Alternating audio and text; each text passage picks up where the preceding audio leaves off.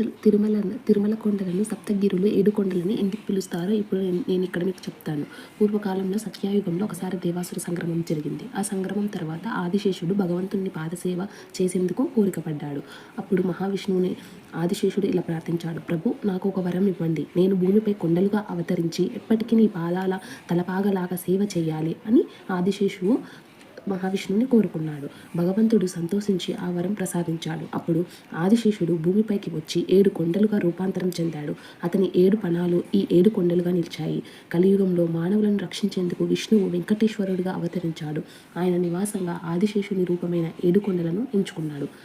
ఈ 7 కొండలు ప్రాధాన్యం ఏమిటో తెలుసుకుందాం. ఫస్ట్ శేషాద్రి కొండ అంటే ఆదిశేషుని యొక్క కొండ.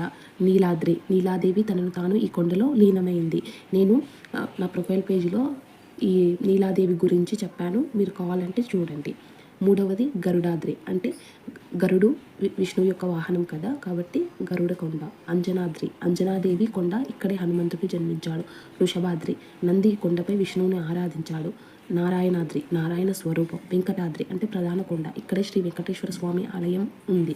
అందువల్లే భక్తులు తిరుమల కొండలను సప్తగిరులు 7 కొండలు అని పిలుస్తారు.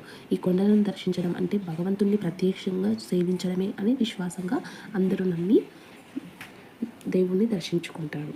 ఓం నమో వెంకటేశాయ. Please like and subscribe.